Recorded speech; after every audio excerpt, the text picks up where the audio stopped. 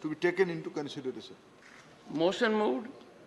I now call upon the members whose names have been received for participation in the discussion. Dr. Amar Patnaik, time allotted 8 minutes. Thank you, Chairman, sir. Sir, I would like to first of all, welcome the introduction of this bill. I think this was necessary, considering the fact that the original Act of 2017 had basically tried to give academic autonomy to all the IIMs. The IIMs have been perceived to be institutes of preeminent importance in our country, national importance, and in fact, in some ways, across the globe. They had very high rankings. Some of the IIMs featured in the top 50. The current bill which has been brought in essentially has two parts. One part is to give, is to upgrade the National Institute of Industrial Engineering, Mumbai, into an Indian Institute of Management, Mumbai. I support this particular upgradation. At the same time, I could probably recommend to the Honorable Minister if, instead of only looking at public sector institutes, if it is possible to also upgrade some other institutes of importance in states with private participation or joint state and central government participation, so that we would have more number of institutes in the country, and the management education ecosystem will spread across the country and will not get limited to only state capitals or in some cases important cities of the country. It is important that rural people of India, agro management, agroforestry management, these are issues which should be taken up by management institutes also, and not necessarily only business management. This is the interdisciplinarity that India can actually bring in, which the foreign institutes of management do not have. Now, the second part is basically consisting of 5 important amendments, and these amendments I will refer to one by one. The first one is relating to Section 10 of the Principal Act.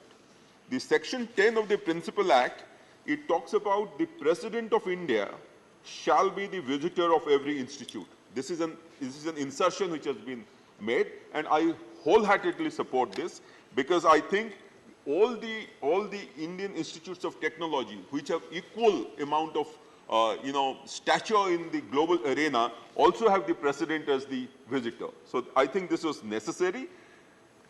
While this particular bill, this particular insertion is welcome, I would also like to refer to the insertion of 10A2, subclause 2.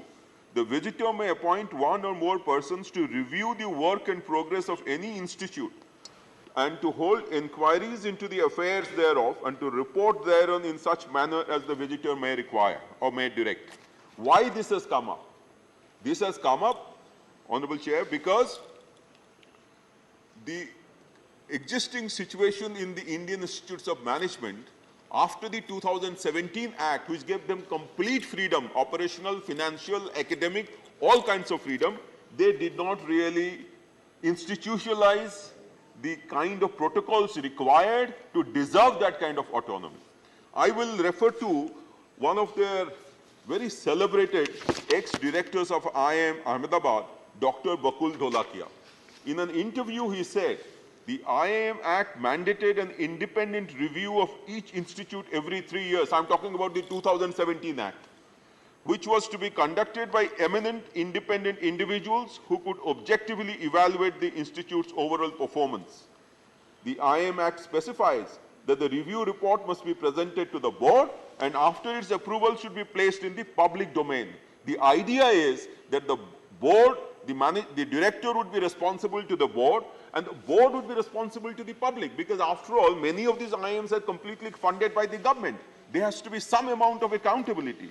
But he himself states, however, in last 6 years, only IIM Bangalore has conducted such a review. And therefore, I support the insertion of 10A2, which says that the President may appoint one or more persons to review the work in progress. However, I would like to add a word of caution here.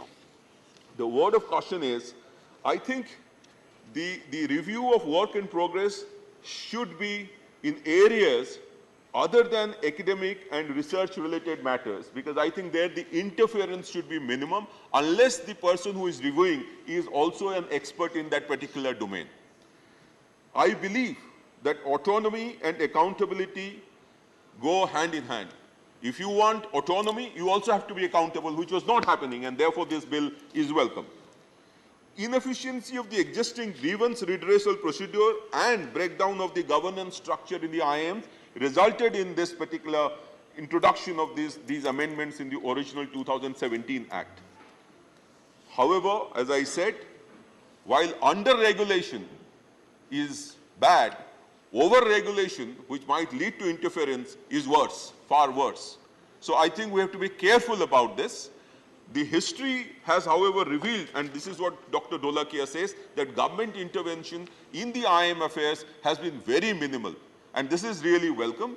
I hope this particular trend will continue despite the new introduction of a visitor and a committee to look after the affairs in terms of reviewing their performance from time to time. Then I'll come to the next section, section 16 of the Principal Act, which has been amended at subsection 3. It says that the director shall be appointed out of a panel of names recommended by a search-cum-selection committee to be constituted by the board consisting of XYZ.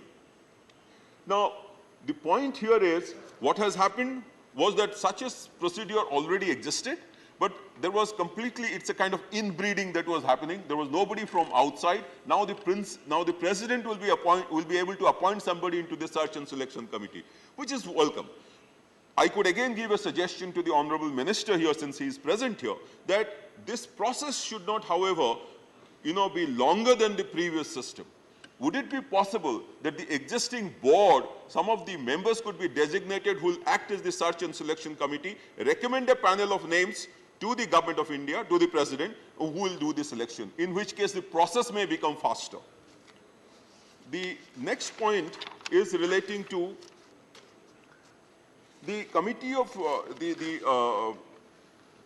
certain experts believe that the IIMs are public institutions answerable to the people of India, and the bill will ensure they do not turn into private fiefdoms, which is what I explained just now.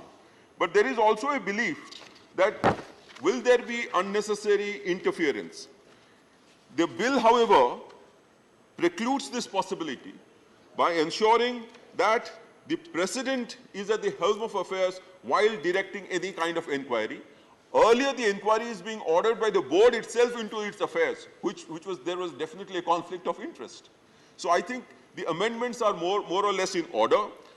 Only thing I would now hope that in 2009-10, IIM Ahmedabad ranked 11th in the Financial Times rankings for the one-year program and 41st in the economic rankings for the second two-year programs.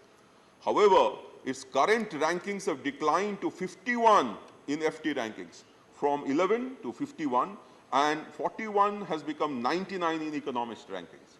With these changes, and with kind of an affirmative intervention into the scheme of things, and under the direction of Honorable Minister, I am sure the rankings will improve and the ecosystem will improve.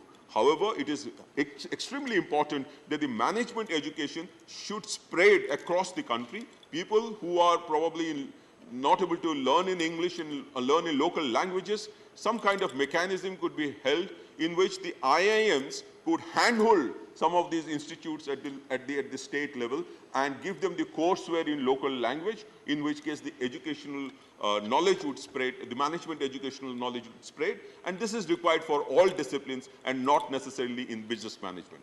With these, I support the bill, commend the minister and commend the government for bringing in these changes. Thank you so much, sir.